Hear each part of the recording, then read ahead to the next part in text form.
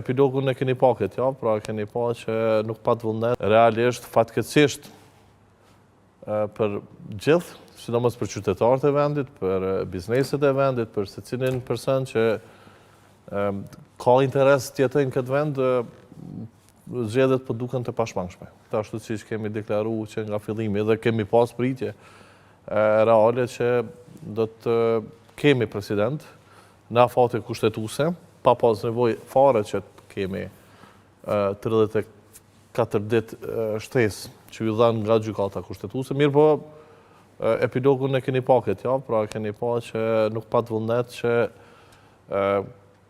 Kurti të veproj ashtu siç është fryma kushtetuese, ashtu siç është politikisht i konceptuar shteti i Kosovës, pra me një balancë pushtetësh, me një balancë të politikave, me një balancë të veprimeve drejt të ardhmes së vendit, e cila duhet jetë demokratike, duhet jetë sipas asaj se çka kemi zotu edhe kur e kemi themelu Republikën dhe sipas asaj që i ruan shtyllat themelore të funksionimit të Republikës së Kosovës. Kështu që në këtë drejtim nuk ka pas asgjë të re, nuk pres që të ketë diçka të re dhe realisht fatkeqësisht për gjithë, sidomos për qytetarët e vendit, për bizneset e vendit, për secilin person që ka interes të jetojnë këtë vend, zgjedhjet po duken të pashmangshme.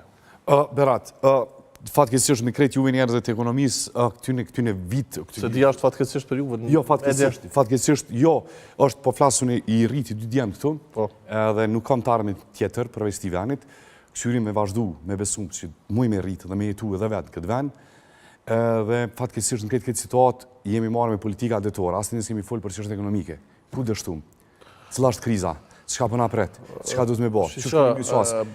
Tu e ditë që ke udhëheqë edhe orën ekonomike. Një pyetje kam.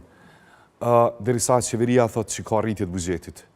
A kemi statistikë të qartë sa kemi pas investime të huaja jashtë nga banesat që i vlen Mërgata në Kosovë? A kemi pas na investitor serioz në 2 vitet e fundit?